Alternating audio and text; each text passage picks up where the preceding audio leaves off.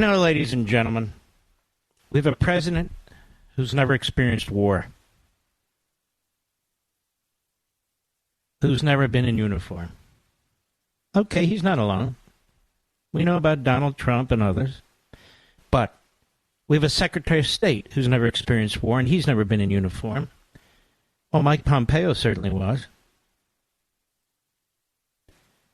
And we have a National Security Advisor who's never experienced war. We have 2 Obama holdovers, actually 3, Biden being the 3rd. And they have, the 3 of them and others, killed more people with their policies and destroyed more allies with their policies than any triumvirate I can think of. They have helped to empower Communist China as Communist China was funneling multi-millions of dollars into the Biden family. They surrendered in Afghanistan rather than a rational withdrawal, and they didn't give a damn, and we still have American hostages over there. We can't get them out, and nobody talks about them, even now. And we lost 13 military personnel, and Biden was looking at his watch when their caskets were brought home. Russia saw all this, and when Russia was mounting an invasion, lining up 100,000 troops and tanks and all the rest of it, Biden sent the signal out, well, if they take a little bit, maybe that's okay and so forth. Now look what's going on there. China sees this, just a matter of time. While all this is going on, Biden is literally rearming the Islamo-Nazi regime in Tehran. He's literally rearming the Palestinian terrorists. Our money gets to them, you know. All these funds have been cut off or blocked by Donald Trump.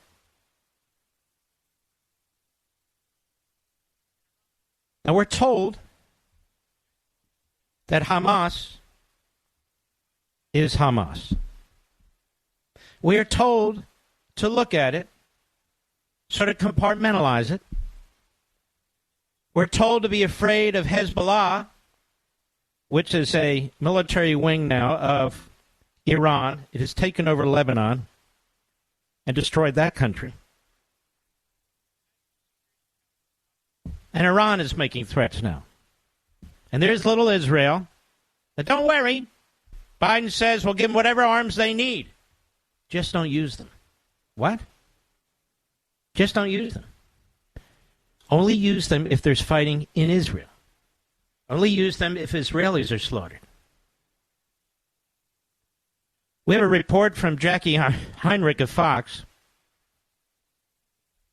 The National Security Council is now confirming on background that the first flight, of course, of Americans out of Israel has occurred. Always a day late and a dollar short, this idiot Biden.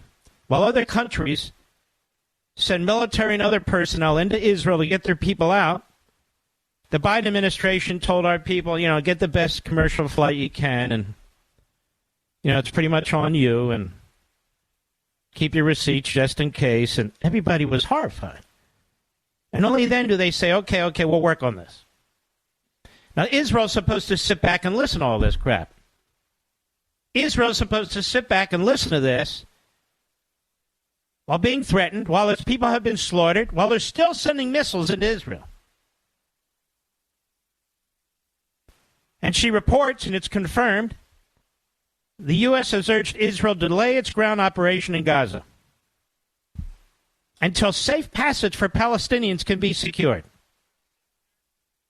and urge them to abide by the laws of armed conflict.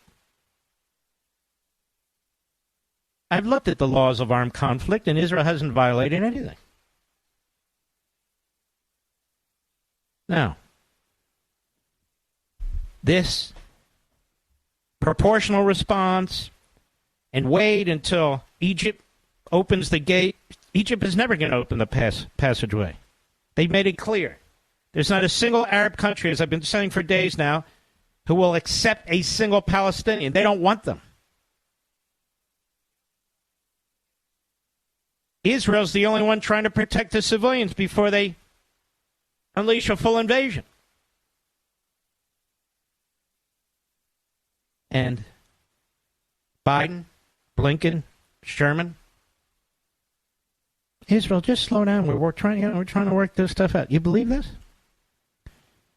I pointed this out. On one side of their mouth, we fully support. They remind everybody of anti-Semitism, what's going on in the world. And on the other side, it's okay if a few more Jews die and you guys. And so there's not one word about the Israeli soldiers and what they're facing and how many of them will die as a result of the policies that are being pushed by Biden.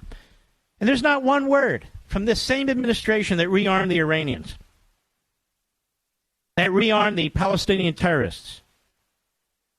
Not a word about their policies.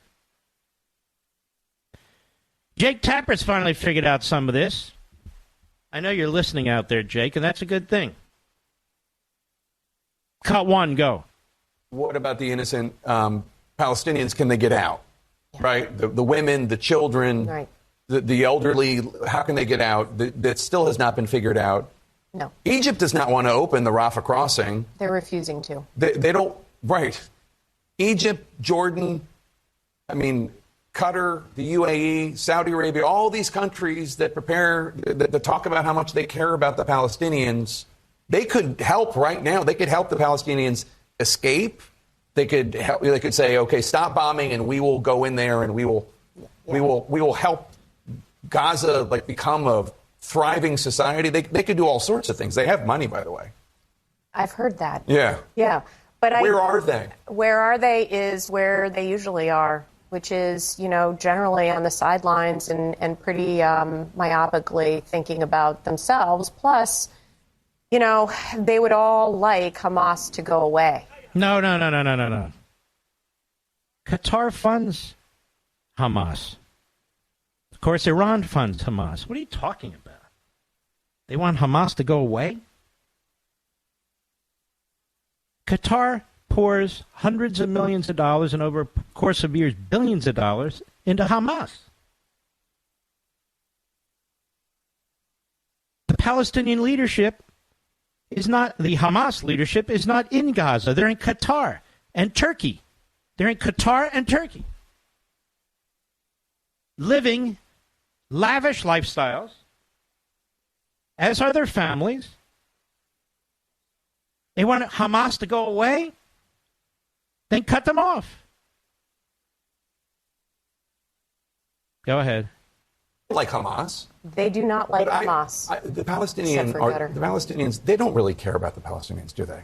They really don't. And I think that, the polling also shows that the popularity of Hamas in these countries, in Saudi and in UAE, is not high.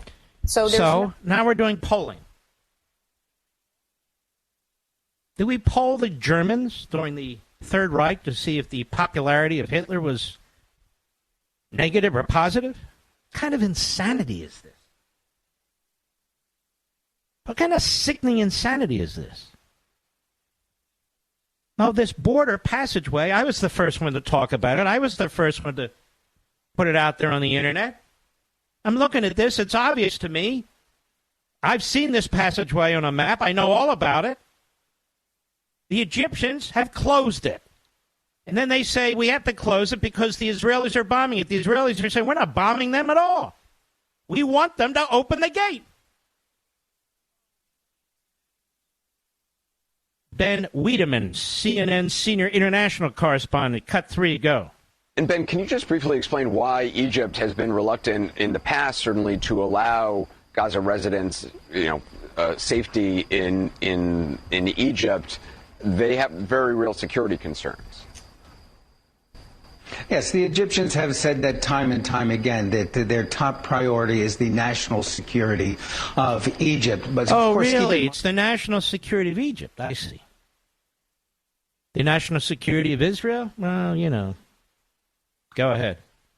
Peninsula, which of course is very thinly populated, and the Egyptian government controls very tightly who gets out of Gaza and who gets across the Sinai Peninsula. Isn't it amazing that Egypt never comes under criticism for its treatment of these people? Once again, the biggest passageway out of Gaza is this location that's on the border with Egypt. Remember, Gaza borders Egypt and Israel.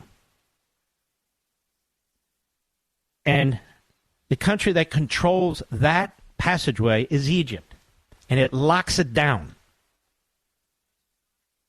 It's got the Sinai Peninsula, where I said the other day they could build temporary housing, the international community. You know, Joe Biden can go there and shake hands and do all sorts of stuff on there. But no, Egypt says, we don't want anything to do with them. Zero. You know what, the citizens? No, we don't want anything to do with them. Jordan, how about you? He doesn't want anything to do with them. You know why? Because his monarchy was almost overthrown by the Palestinians. He wants nothing to do with the Palestinians. Zero. Saudi Arabia, same thing. Large landmass, very small population. They do not want the Palestinians anywhere near Saudi Arabia. It's the truth. Iran doesn't give a damn about the Palestinians. They're not even the same Muslim sect. They don't care. And many of the Palestinians don't give a damn about the Palestinians. Like Hamas, the Muslim Brotherhood of Palestine. That's their original name. The Muslim Brotherhood of Palestine. And as I've said over and over, and I've said behind this microphone, and I've said on Fox, Hamas is responsible for the death of citizens in Israel and in the Gaza Strip. It's on them. The whole damn thing. Go ahead. Certainly, they're in a bit of a political bind. On the one hand, they don't want Palestinians to flood into the Sinai, as we saw, for instance, in January 2008, when Hamas blew up a large section of the wall that separated Gaza from Egypt. And I saw hundreds of thousands of Gazans flowing out of the Gaza Strip because they just wanted to get out of what has often been described as an open No, it's not often described as an open-air prison except by the terrorists. What a jackass. Open-air prison. Black Lives Matter uses that phrase. The Hamas-affiliated terrorists use that phrase, and now CNN uses that phrase. Nobody's stopping the Palestinians from leaving except the Egyptians. Nobody's stopping Palestinians from leaving except for Hamas, Palestinians. Nobody's stopping Arab countries from taking Palestinians except for Arab countries. Go ahead. On the other hand, that Egyptian hesitation has to be balanced against the fact that increasingly many people in the Arab and Muslim world are saying... Shut up, you idiot. Of course he's an idiot. You have to be an idiot to get a job at CNN.